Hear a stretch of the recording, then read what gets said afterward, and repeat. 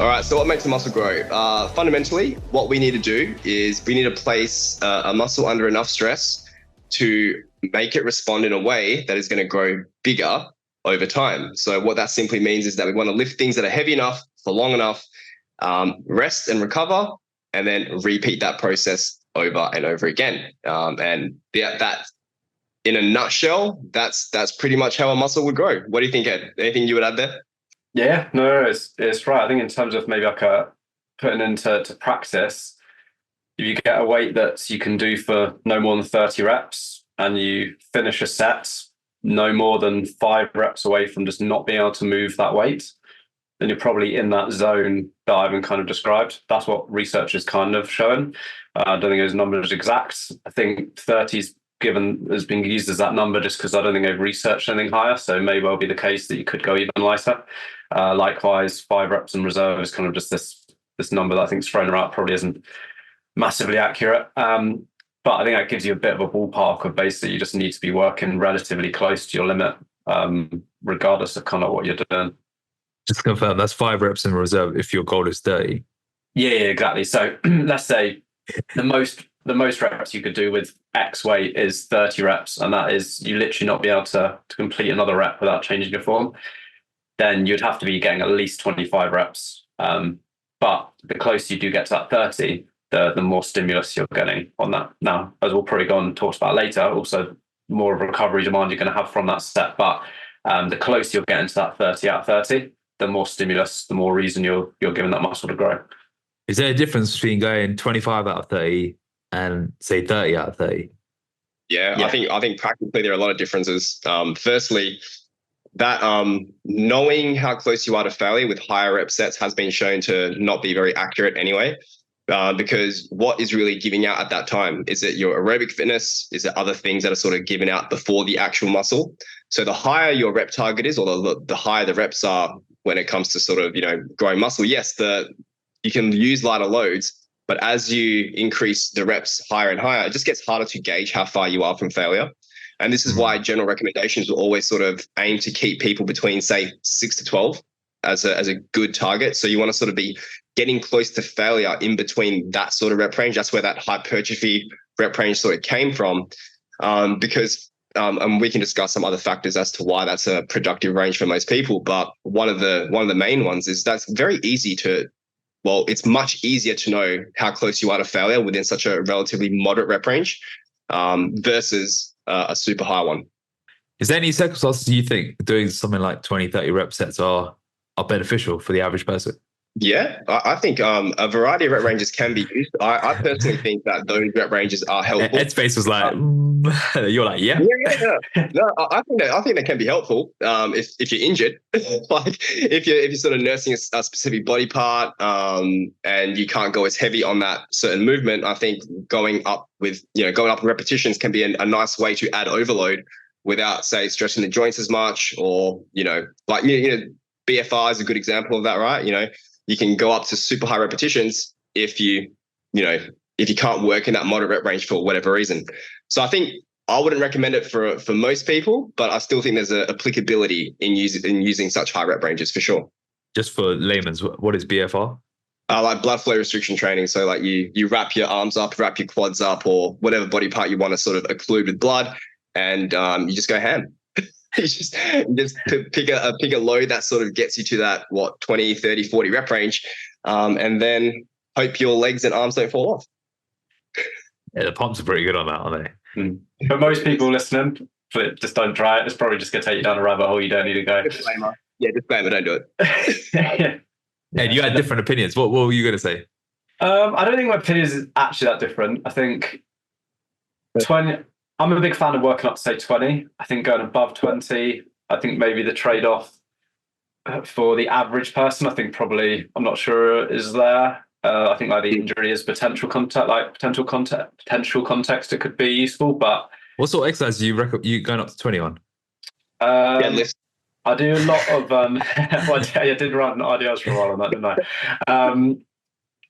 A lot of single joint exercises I'll push up towards that kind of point. So like hamstring curl, leg extension, lateral raise, bicep curl, tricep extension, leg press I do go 10 to 20 kind of rep range.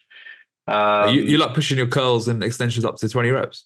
Well, with them, what I'll normally do is say I'm doing 3 sets. I'll hit like first set of around, like say, around the 20 RM, and I'll just keep the weight there. So then the weight. What is that? As your base level arm training, or are you talking about your back off sets or your final sets? No, let's say I'm doing like say 3 sets. So I never do more than 3 sets, say, of biceps in a session. First set might be close like that 15 to 20-ish kind of rep range. I'll just keep the weight the same. The weight will drop off, normally be in that maybe 10 low teens kind of rep range, and then I'll hit, if I do keep the weight the same again for that third set, ends up spinning like just sub 10. So for joint reasons. Yeah, it's a bit of a laziness in terms of just like I can just stick with the same weight the whole time. It's also just from like an injury prevention side of things / time efficiency perspective. I find I can end up getting in more volume in less time. I don't really have to do any warm-up sets, especially I'll normally have done, let's say I'm going to do biceps, I've done some kind of rowing or pull downs or something before. So I can just kind of go straight in. I find it's just like the easiest way. I find those exercises a little bit boring, and like trying to get them in, trying to also just don't have like, back in the day, wouldn't mind training an hour and a half, 2 hours. Now it's like after an hour, I kind of got to be out of there. So it's just trying to find ways of just getting in like more volume and potentially a little less time. So I find just from a practicality perspective, and probably just like a preference perspective as well, it just kind of works quite well. I quite like that. I might try it. Yeah, because I usually do like a warm set on biceps, and I feel like it's a bit of a waste of time. Then I'm doing a heavy set, and the reality is you're not really making any progress in your bicep curls anyway. And then your elbows, it depends how your elbow's feeling on the day. Yeah. No, exactly. I'm actually a lot looser with that stuff than I used to be. Like, I used to track all that stuff. I don't track any of those. Well, I track leg extensions and hamstring curls and things, but like lateral raise, bicep curl, tricep extensions, I'll as long as I'm just working hard and the form's good, I don't bother tracking reps these days on them. Just make sure I'm just getting close to failure. And likewise, although I tend to kind of gravitate to the same exercises, if something's busy or arms not feeling quite as nice in one position or whatever, I'm very fluid with that in terms of just like, as long as my biceps just get hit with about 3 sets a couple of times a week, maybe that's why I got spaghetti arms, but it kind of does the job enough. That explains the medium. Yeah, exactly. The extra medium t-shirts. What sort of weight are you using on that, out of interest? Is that like, you're okay with just using like 10 kilo dumbbells and just blasting out? So my go-to, my one I probably use most often is single arm dumbbell preacher curl. I think part of also the reason I try and be more time efficient is most of my arm stuff I do single arm, because I find a lot of stuff when I do both arms at the same time, the alignment just isn't that great. I end up just picking up tendonitis issues in my elbows. So if your elbows aren't made of glass like mine, you maybe don't need to think about this. But when you're doing a single arm, it just drags everything on so long. You already find them a bit boring. So I try and make it as efficient as possible. But so I've already done some pull-in stuff. Might be a little bit tired, but I find like depending how biceps feel, 7.5 kilos, 10 kilo dumbbell. Oh, nice. For curls. If I can't be bothered to go high reps, I might use the 12.5, but I'd never go above 12.5 kilos on that. I just make sure I keep tension on it. Like I'm top of the preacher curl, I'll just go into the next rep before my forearm straight up to the sky. And like I haven't got massive biceps, so probably don't need crazy weight. But yeah, I find like those light weights, there's no need for warm-ups at that point. It's just, you can just smash your biceps without having to turn it into like a bigger thing than it needs to be. Yeah.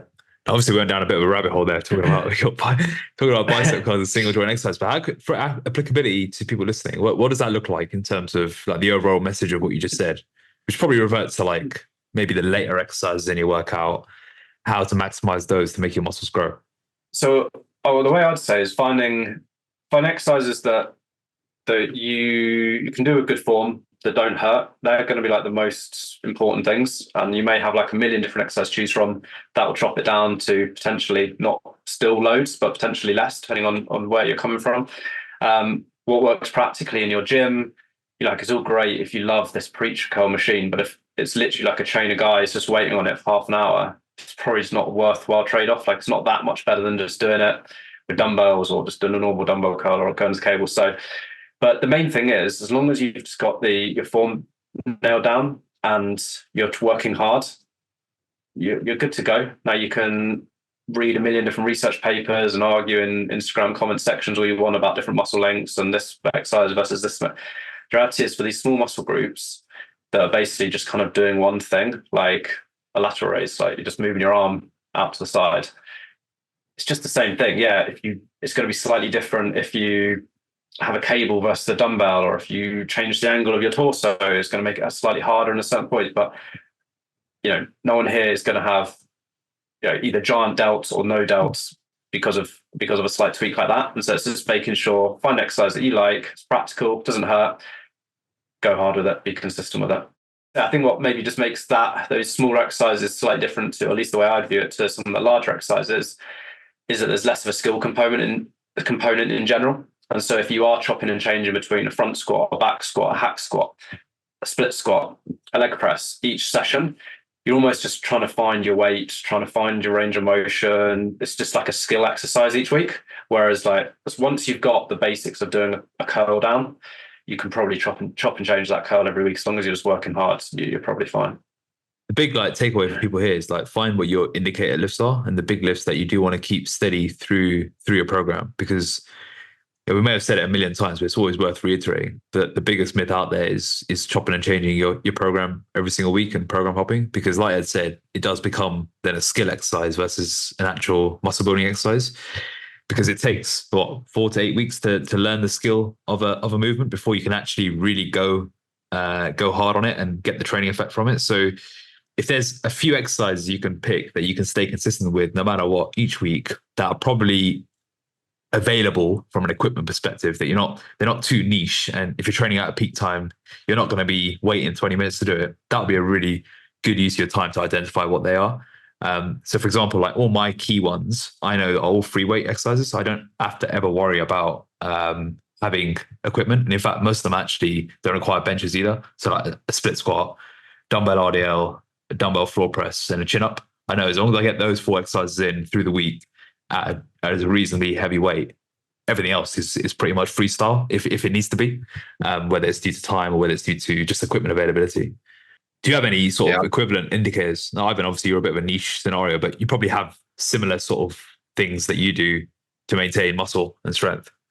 Yeah. So it is a little bit different, but not that much different. So I still have key indicator lifts that sort of go into the skills that I want to be learning. So for example, Bulgarian dips, but they're just wide ring dips, things like that. I'll track them. I'll track pull-ups. I'll track even bicep curls. I still do bicep curls too. Protect your elbows. Protect the elbows, right? You still got to look jacked, right? That's the real reason. I do have bulletproof elbows, to be fair now, but it would be, so I'll be tracking them in that regard, but I do train more towards the strength side of things. But on those isolation exercises, I was doing dumbbell chest presses for a while. I was doing other exercises to, hit those same muscle groups. And I would keep track of them across a cycle of a program for sure. But yeah, for me, because the skill I'm working towards, that's the main metric that I analyze pretty much every single week and compare performances to. It is a little bit different, but the principles still remain the same. And from a hypertrophy perspective, I think we spoke about this earlier about how to sort of what sort of exercises you want to put at the end or at the start. I know we spoke about bicep curls being something that you want to throw on at the end of a session, but when it comes to muscle growth, there are no hard and fast rules here. If biceps are the number one thing that you want to grow, there's no harm in you starting with bicep curls. If that's the one muscle group that you really want to develop, because what you put first in your session is the thing that you adapt to most, and you can give most of your energy to that. So I know there are, especially in the bodybuilding world, there are a lot of people that do start off with arms, or do start off with calves, or do start off with a body part that they sort of do want to bring up. So I did that for years. I did arms at the start of. I used to do arms and legs as a staple twice a week, and I used to start every session with biceps and triceps. And your arms are massive, so it definitely paid off, right? So yeah, I think when it comes to muscle growth, there is just there's so much more flexibility with how you approach it, which I think can be really, really cool. And as you said earlier, I think it is good to have those foundational lists that you keep track of and that you can sort of do anywhere. And then you freestyle the isolation stuff, because as Ed said earlier, with the bicep curl, you're just bending the elbow. Like, how many variations of that do you need, right, to really stimulate the bicep? You know what I mean? Like, you can do a preacher curl, you can do one behind the body, whatever, but fundamentally, what do you do? What do you do? I do just seated dumbbell curl with a supinated grip. That's it. Do you go pretty heavy on them, or do you go high reps on them? How do you approach them? I stay between 8 to 12, and I'm on 15 kilos in each arm at the moment, which is not bad. Yeah, it's not bad. Yeah, but they're still small. They're just powerful. Yeah. But so yeah, and that's different for me. But if that was a muscle group that I really wanted to develop, yeah, I'd probably just do more bicep volume if I needed to. I would do more curling. I would do whatever it is if I wanted to bring them up, and more frequently. I think frequency is a big one that is a little bit neglected too, so we can talk about that if you guys want. So we know to make a muscle grow, we need to stimulate it hard, right? It's pretty straightforward. But people may be listening and thinking, well, I've been doing chest presses for years. I've been doing my leg presses. I'm sore all the time, but still look the same, or it doesn't really grow. Yeah, what are there more nuances to it? Like go beyond just like what makes just working hard. Can you work hard and get nowhere when it comes to muscle building? Or if over a long enough period of time, will you end up pretty decent? Good question. Yeah, I think you can put in a lot of work for little return for sure. I think like the first caveat is feeling like you're working hard. Like I know we touched on this in one of the previous ones, but like there's a perception of working hard is often not in line with someone else might deem working hard. And a lot of the times, you see people who are described as, I'm smashing the gym, going really hard, who I would say on upper body, the average person has 5 to 10 left in the tank, and in lower body, it's probably 10 to 20 on each set. If you look at, like average 5 to 10 based on what, like a 15 rep set on upper body. Yeah, well, I think if you look at normal people in the gym, but also some of the void workshops that we hold, you just stand next to them and say, keep going. A 10 rep set, they say, oh, this is my 10 rep. They get 20 reps on it just because you're standing there and tell them to keep going. I'm like split squats. People turn like a 10 rep max. You tell them to stop at 30 because like everyone, you're just bored at that point. You know what I mean? It's like, right, the weight's just so far off here. We still got another leg to do. It's like, I don't think people realize how far off they are in terms of that. And that's a big reason why I think just going back to the higher rep ranges just don't work in practicality for so many people, because if you're doing a 20 rep set on leg press, at 10 reps in, you're working harder than anyone else in your gym and you are fucking agony. Like it's killing you. And you still go through another 10 reps. Like you're working, if you really do a legit 20 RM, you're working harder than most people have ever worked at halfway through. So I think from that side, like that's the first thing I'd say in terms of like, I would check yourself on that first. I know we gave tips on like how potentially you can like improve working hard. But once you do apply a stimulus, that is what comes in, and that is like a really, really important part of it. But you have to make sure that stimulus is within your recovery capacity. And so if it's too much to recover from, then it's, great, you work really hard, which sounds cool, but unless your body can actually then recover from that, and then on top of just recovering, getting you back to baseline, but actually adapt so that you can actually improve, then you're just going to end up kind of spinning your wheels in there. So that's a massive part where I think a lot of people who have probably been over keen in the past, and like I'd say like we probably all fall into this, have just done like loads more than we can actually handle. And then kind of actually you end up pulling back a little bit. Now, I don't think that's going to be the case for a lot of people listening. It's probably a case that actually need to work harder rather than pull back, but there is definitely like two ends of the spectrum on there. Yeah. On if we go back to like execution and effort and all that stuff, ideally we do want to be cultivating the skill where we can put as much effort into the target muscle group that we want to develop, right? And we want to be tracking that over time, if that makes sense. I think a lot of people don't actually log their training. That's funny. I know the members that we work with, we all encourage logging and taking note of all their exercises, weights and reps and whatnot. But in combination with that, we also want to see like training videos. And for those who don't have a coach, or for those who are just training on their own, like don't assume that your training technique is actually any good. Always be humble in that regard. And, I'm still filming my sets. So I'm still sending them to my coach as well. And, we've been doing this for God knows how long, right? So what I recommend for a lot of people is, yes, we want to be working hard, but we also want to be working smart. And what that means is recording, taking note of your weights and reps, but also videoing yourself doing these sets, because it can be very, very easy to bullshit yourself thinking that, oh yeah, I'm just adding 2.5 kilos every week to this set. I'm just getting massive. And all you've actually done is just reduced your range of motion by like 5 centimeters on that leg press every single week, right? And then before you know it, you're moving your legs about an inch.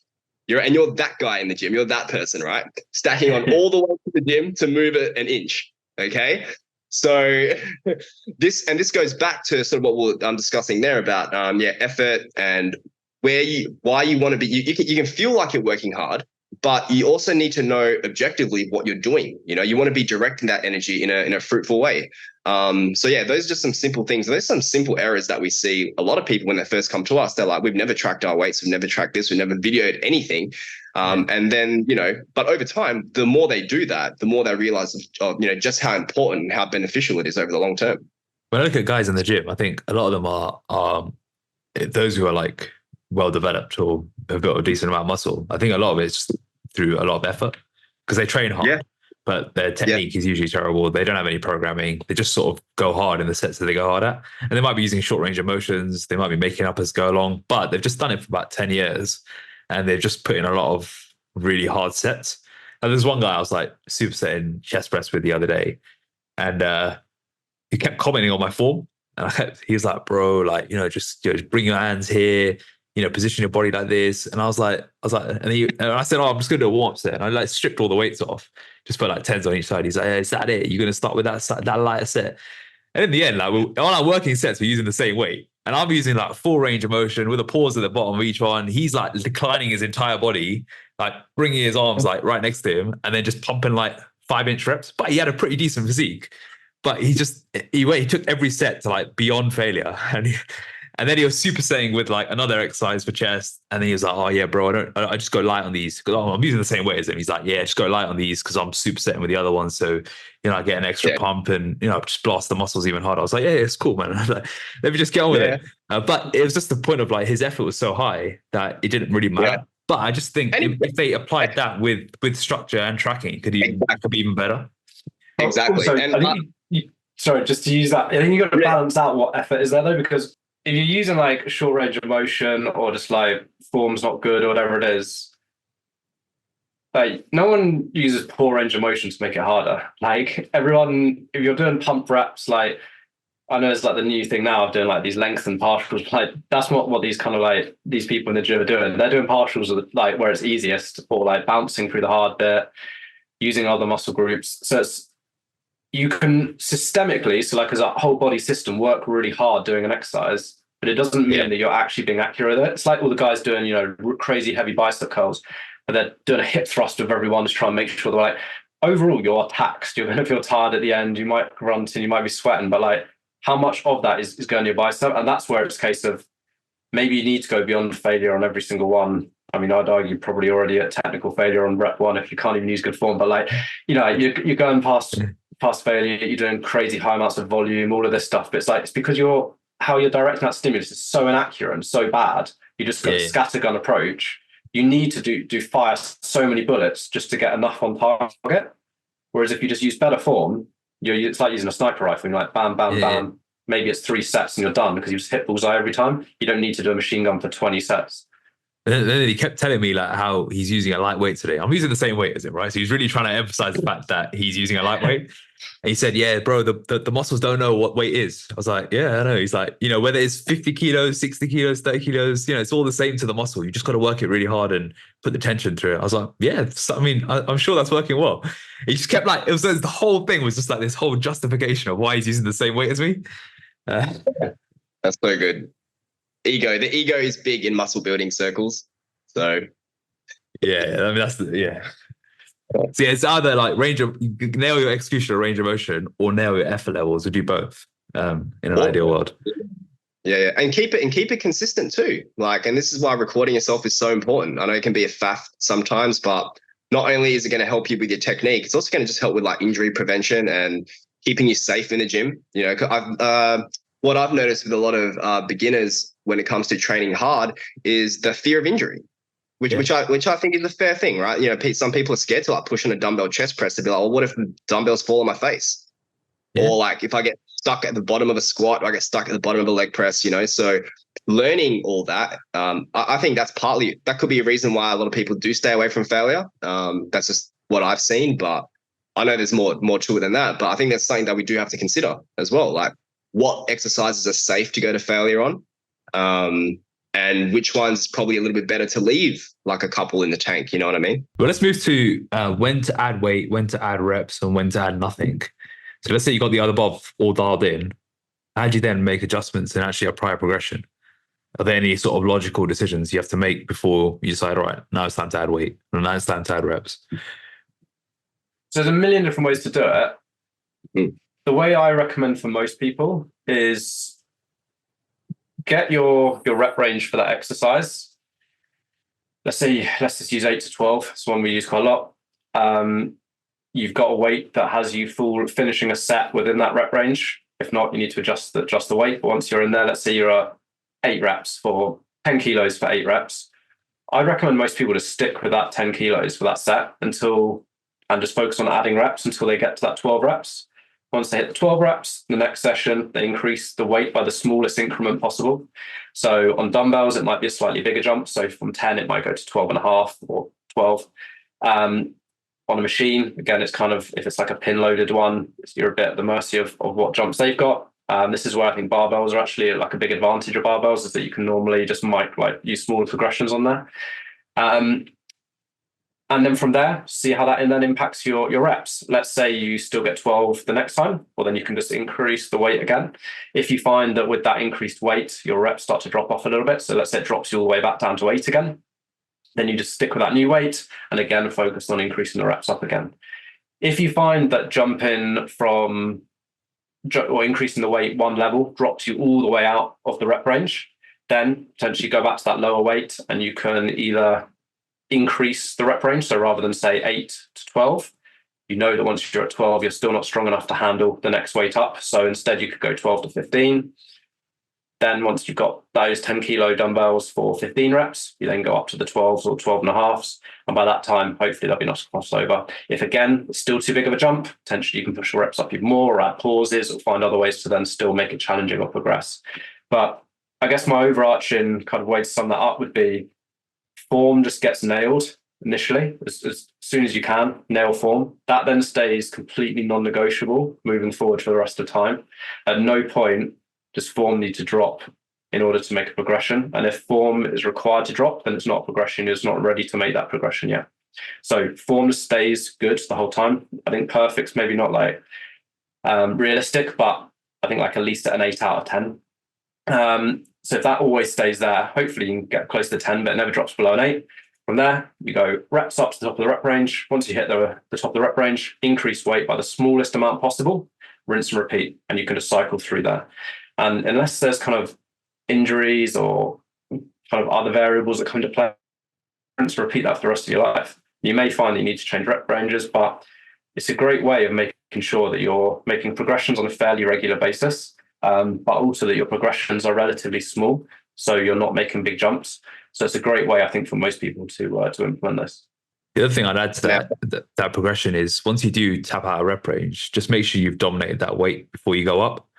You don't want to be shaking your way through a rep before you move up, because I think there is a case, especially for longevity, just avoiding injuries, dominating a weight. So your muscular system, your nervous system, your tendons and ligaments, they all sort of grow together as opposed to being out of balance, can really help. I found that helped me a lot back in the day, was just trying to dominate a weight versus just make the jump as soon as I've hit the top end of the rep range. And it can even just be an extra week of just like, let me just consolidate this, make sure that there's no like shitty reps, or make sure that the last rep is better than the last rep last time. So it's kind of taking that qualitative approach versus a quantitative approach to training. Now that potentially is a bit more of an intermediate thing. At the beginning, you may just be able to make jumps every single week, but there will be a point where you can't just keep doing it every week. So you want to introduce like a consolidation week or two at each new milestone, just to get your body accustomed to it. And I think that can really pay off in the long run. So you avoid compromising form in order to make those jumps. And it's just little things like making sure you've got a good like mind muscle connection, making sure you're not taking massive pauses in between every single rep to get to the set. You know, when you just start extending sets, your 8 reps become 10 reps because you just added 5 seconds between rep 8 and 9, and then 10 seconds between 9 and 10. You've done 10 singles rather than 10. We've all been there, right? You've done a 10 RM, which is basically 10 times 1 with 10-second rest. And it's just like making sure that these qualitative measures are improved and then also held consistent. For example, like a leg press, one rule I always set myself is like if I'm doing a set of, I don't know, 15, I might only allow myself 2 mini breaks, you know, where you just catch your breath. 5 to 10. Just to make sure that I'm actually making gains over time rather than, again, doing gains 10 reps, and now every single one is then a single. Because I think that can change the way your set feels, and also can add a standardized element to, especially slightly higher rep sets when you're going above probably 6 to 8. These sorts of things make a big difference. Yeah, I really like that. And yeah, just on that with the when you, as you were saying about consolidating that weight, if the previous week your last rep of that set was like an absolute grinder, but you're like, yeah, I've got the 12 reps. No. You stick with that weight until that last rep like moves as smoothly as say rep 10 or rep 11, right? So if you give yourself that rule to be like, okay, when that last rep moves super smoothly, that's going to be my cue to increase the load, right? Because just because you grinded out that last one, you have to sell your soul to the devil to get that last rep up. You probably haven't owned that weight yet. Like, stick with that for a little bit and then make the jump. Because especially if over the long game, like you don't need to be seeing jumps every single week. You know, I think that's another massive, especially as you get more intermediate, as you get more advanced, trying to see progression like that every single week. You're going to drive yourself insane, right? And it's about just letting the reps come to you, letting the weights come to you over time. And I think you said that a while back. It was like, we can't force the muscle growth, or we can't force the adaptation. We just got to let it come to us with enough work over enough time, right? Yeah. Am I butchering your work there? Yeah, no, well, you probably said it nicer than Wilder said it probably. But yeah, I think that's maybe just something that maybe I wasn't clear on, but is that just because you're focusing on just increasing reps and you flip it to increase the weight and you go back, it doesn't mean that's a session by session basis. At the very beginning, it probably is going to be a session by session basis, but the longer you train, the more spread out those things are going to come. And so adding 4 reps at the beginning might be 4 weeks. A few years down the line, it might be 8 weeks, 10 weeks, for example. And so this is where, for me, that first point of just form's non-negotiable. Like, if form's non-negotiable, you don't actually have to be conscious of having consolidation weeks, because you just don't do shit reps. You never let your form drop below that. And so at that point, there will be times when it's just, because I'm not willing to let form drop, I can't make that progression this week. Yeah. That's how it is. You rack it. And although over time we need to see a progression, what we need to do is provide that stimulus, but that stimulus doesn't have to be a completely novel stimulus every single time. It just has to fall into this zone at the top. And so if 100 kilos for 10 was stimulus last week, it's not like 100 kilos for 10 is just going to be no stimulus at all. That's really easy this week. Actually, like 100 kilos for 10 is still going to be a stimulus for a long time. But the reality is, for putting it into practice, just like from a practicality perspective, and just from like an enjoyment perspective and staying engaged, doesn't mean you have to stay at 110 kilos until it's literally like 20 reps in the tank at that weight. You can still progress, but you don't need to worry about I didn't add a rep this week. It's like, it doesn't mean it was completely useless. It'll still fall in that productive stimulus zone. You just need to go away, recover, come back again and see. And it's actually like, I know you stole something to me, but I'm going to steal something that I know you've put out a lot, Ivan, is we think that when we add that rep in the gym, it's like, that's what's going to build the muscle, or that's what's going to build my strength. It's actually the inverse of it. We did the work previously, we recovered. That's what's allowed us to add the extra rep this time.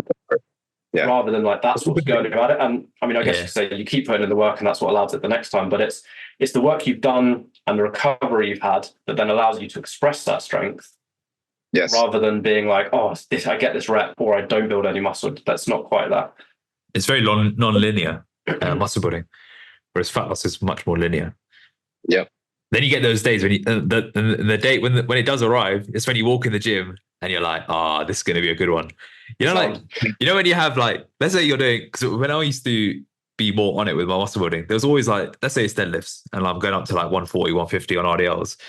I know like how my 100 feels is going to dictate the whole thing. Like if my grip just, when your grip just feels like, oh my God, this feels so light in my hands. Like I don't need straps. I don't need straps at all today.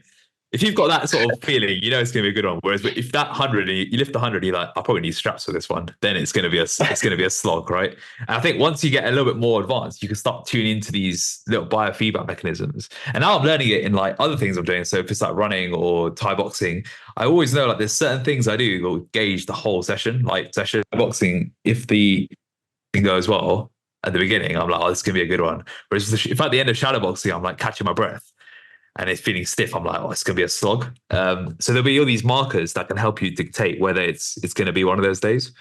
And then just enjoy it, like milk those days, because they don't always come, especially when you may not be recovering as well, or you may be tired or whatever it is. Yeah, but on the flip side, there are also days where you walk in, your warm-ups are shit, everything feels horrible. And then you get to your working set, all of a sudden you pull out this Hail Mary and you're like, what? Yeah, that's true as well. Yeah. But don't trust your feelings. I would definitely say, well, in terms of trusting your feelings, I think over time, as your like training age progresses, add in those feelings more and more. But at the beginning, I would almost be not completely shut them out, because if something is hurting you, listen to that. Yeah. But I would be more rigid. So start tracking everything, follow the plan as closely as possible. Don't go so much by mood. Do go by pain, and then over time, as long as you're actually like training sensibly and like consciously and trying to improve these things over time, then I think you can then become more of this slightly more fluid approach. Because at that point, hopefully you've got the principles so well nailed down that you're being fluid with your application of them. Whereas at the beginning, you start being fluid and actually you find you're not even sticking to these baseline fundamental principles. It's like intuitive eating. Yeah, no, exactly. Yeah, it's exactly the same. Intuitive lifting. Yeah. Oh, well, the hardest thing is ego discipline, isn't it? It's managing the ego. Of like, oh, did the back feel? When you feel like your back's feeling a bit off, but you're like, nah, I don't think it's not that bad. If I just stretch my glute this way, it should be all right. You do the next set, and it's like, oh, this one felt better, and then you go for it, and then you're hurt. It's only 6 reps. I reckon I can get through that. Yeah. If I brace hard enough, it should be all right. Yeah. One good quote I heard from Alberto Nunez a long time ago was like, one rep will never make you, but one rep can always break you. And that's always stuck with me for quite a while, So yeah, on days like that where you're like, oh yeah, I should just go for broke and give it everything. Probably like what's the harm in you just being like, you know what, I'm going to call it today, go sleep, get some more food in, come back in a couple of days and then smash it. Yeah. And I think that takes a long time to eventually get to that as well, from an ego and mentality perspective. A long time, but also a few injuries as well. I think. Yeah, you got to realize you got to realize the fire that you're playing with, isn't it? Yeah. More often than not nowadays, like I'll have like 2 heavy sessions a month, and then 2 of them will just be like, oh, maybe I'll just go to 60-70% today, and then just call it and just know that I've done a bit of stimulus. Just because like something doesn't feel 100%. And then I can't even track where it's from because I'm doing so many different things, and there's not much consistency outside of the weight training. That's causing issues as well. Yeah. Well, segues nicely into recovery, sleep, and stress management, which I think becomes very, very important for muscle building. So which one should we start with? Recovery is the umbrella that it'll come under, isn't it? So it's basically any stress or kind of stimulus you're putting on your body. Our training, kind of one that I touched on earlier, I think we view it as like this positive one, which overall it is, but we have to understand that it is still a stressor on the body, and so it's basically balancing up. The way I view it anyway is that we've got this bucket of recovery, and we've just got these stresses that are pouring water in to potentially fill it up. So if you're like a young single person who's, I don't know, either just doing like an easy university degree or just like got a cushy job, but like low life stress, then your bucket's going to be pretty much empty, and so you've got loads of room to fill it up with, say, training stress.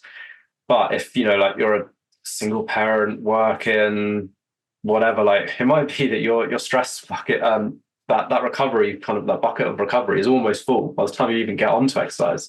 And so what you can do and it actually be beneficial and not kind of tip you over into, feeling worse or breaking down is could be very, very different. And that may well mean that your potential for results are much smaller than that other person. But unfortunately, that's just life, isn't it? So I think for me, one of the biggest things that's, if I look back over my training life or career or whatever, because I've always really enjoyed it, I've never, I could definitely have improved form looking back. There's times I could have worked harder, but as a general rule, it was more an issue of doing too much rather than not doing enough. And where I then found a point where I was suddenly just started to see way, way more progress. The biggest change for me was just understanding what I can recover from. And I felt like as soon as I started working in that zone, it was things just skyrocketed. And, what do you think? What do you think one has increased what do you think that drains your stress cut most? Because I think that's the biggest determinant of that recovery capacity. When do you feel like you have weeks where you're probably doing the same amount of training volume, but it feels fine, and then you have weeks where it doesn't feel fine at all? What do you think are the biggest impactors for you when it comes to managing your recovery bucket? And it'd be good to get different answers because I think you both live very different lives. Sleep is one that impacts me, but for me, it's a slow burner. So one bad night of sleep, as long as I don't feel sorry for myself and just go in and just smash it. I've hit loads of PBs off terrible night's sleep. I've had a week of bad sleep and still been really training well for me. And I don't know, maybe I'm like a unicorn here, but it's like an accumulation thing. And so after a prolonged period of poor sleep, it then just starts to chop away at me a bit. But the biggest thing for me, or the most immediate impact, is just I guess you could call it personal stress, but feeling drained from other things, whether it's potentially work or just kids or anything like that. If I just feel drained, emotionally drained or whatever, that's the biggest thing that just tanks it for me. Now, this is a tricky one, or I think there's a few different elements to it, because perception here is absolutely massive. This is a whole podcast series on its own, but a stress or an isolation doesn't mean anything. How you perceive it either shrinks it or blows it up massively. So I think the biggest thing for most people is how they perceive that stress. And I'm talking to myself as well when I say that. But the other thing is just accepting what stress you have in your life and how much control you have over it. Because you probably have quite a bit of control over the perception side of things. Maybe you need to work on it to have more control, but there's potential for control there. But if you've got a really busy job, if you've got kids, whatever, you may never be able to empty that bucket. And so some of it, I think, is also accepting what is your baseline stress that is just part of your life, and then accepting what training recovery you've got as a result of that. And like I said, for me, once I just accepted what I can actually recover from, that for me was the game changer. And you probably would have made really good progress as well. Yeah, that's where that's if I pinpoint any one change in my training or anything across the years, that was the biggest. That was the biggest thing that then really changed the results the most. Yeah. And I think with muscle building, just on real quick, I don't know that's a topic for today. With muscle building, the stimulus, the time requirement for that stimulus isn't crazy when you think about it, right? You go into the gym. If you're really onto it, you can create a crazy stimulus in 30 to 45 minutes. Honestly, you definitely could. That. You don't have to be spending hours in there to get the adaptation that you want. Right? So you go hard, do a couple really, really hard sets. You take yourself very close to failure on a few of the exercises that you like doing, that all the principles that we discussed. And you do that maybe 2-3 times a week. And then you spend the rest of that time doing everything that you can that is within your capacity to recover. So yes, manage stress, change your perception of stress. Can you turn your life on easy mode, Ed? Remember that whole conversation we had a while back? The podcast, but how much in your life can you turn on easy mode? And I know that's going to look very, very different from person to person, right? But if the goal is purely muscle building, if you don't have to be spending hours in the gym to get that stimulus, which I think is really, really beneficial and really cool. You don't have to be spending hours in the gym to get the physique that you want, which I think is really great. It's what you do outside of that time that really can matter, So yeah. That's all I had on that. Don't know where I was going with that, but that was it. Yeah, I'd say the biggest one for me is the perception. So similar to Ed, it's all around perception of what's going on in life. If I perceive everything to be hard, draining, then everything will just feel hard and draining. Whereas if I just perceive it to be what it is and good, then everything goes well. So it kind of works in all different aspects. But I think just trying to work on my mood and always keep myself in a good mood really helps with my training. I find training when I'm in a bad mood just doesn't go well. I haven't found it help. You know, when you hit those days where you're like, oh, I'm just really annoyed, let me go for a session. Don't always find them to be the most productive. Whereas when I'm in a good mood, training is really fun. So that's what I find. So I just try and keep myself, just keep working on like this, basically what I'm telling myself all day long. And just making sure that perception is in the right way. Because everything else is going to happen, right? Sleep will be whatever it's going to be. Like I generally sleep pretty decently. And stress is going to be what it's going to be. But it's just about how I interact with it. And if I drive myself too much in a hole, then training really suffers. I think also being adaptive with how you train based on that stress is really important as well. So because as Ivan said, how you actually approach muscle building, like there's loads of different avenues to do it as long as you just hit those basic principles. So if you are tight on time, you've got loads of stuff on your head and all you're thinking about is work coming up later, this meeting you've got coming up, then instead of doing your normal 60-minute session or instead of programming these 60-minute sessions, just accept actually, if I redesign this, and if you're working with a coach, like talk to them so they can actually guide you with it, but redesign it so it's a 30-minute session, then you're not going to feel rushed the whole way through it, feel like you should be doing something else. You can actually commit properly to the session. You finish it on time. Maybe that then gives you more time to do your work, or it just gives you time, just so there's a bit of buffer so you don't feel like you're running 100% all day. And that perception of stress then starts to drop off a little bit. And with those sessions, small changes can make a big difference. Like going back to say the bicep example, like I could do 3 or 4 warm-up sets to then do a really heavy set of like 6 to 8 on a dumbbell curl, rest 2 minutes, then do like a back off set and blah, blah, blah. Probably a great stimulus. But because there's like a time constraint, just turning up, no warm-up sets, bang out the 20, then letting the reps drop off across the 3 sets. For me, it's just like, from a practicality perspective, helps it fits it in. There's no stress, or it fits just with like the context of my life with it. Still ticking the stimulus box. So, it can be adaptive, and just making sure it works around your stressors as well is a big one. I call it, so in my head, I call it the 10-minute workout. I'll just go in, and if I'm having one of those days where I know like my mind's too busy, I'll just go in and I'll just do the first exercise. And sometimes, like a couple of weeks ago, just went in. It was going to be an upper body session, and I was there for about 20 minutes. And I think all I did was just a few sets of floor presses. I just went in. I did like a triple, then I did a 5, then I did a 7, then I did a 10, and then I just walked out. And I was like, this wasn't what I quite had planned, but it was just meant to be my like deload week, because I just couldn't face the idea of doing the full like 6 exercises. So this was just like my way of doing it. And in my head, I'm like, I've done the stimulus I needed to for the week. So yeah, I agree with that approach, and I really like that one. Like sometimes I'll just go in and just do 1-2 exercises, usually my indicator lifts, and then walk out. But if you've got a photo shoot, or if you've got a specific thing you're working towards, then sometimes that luxury isn't there.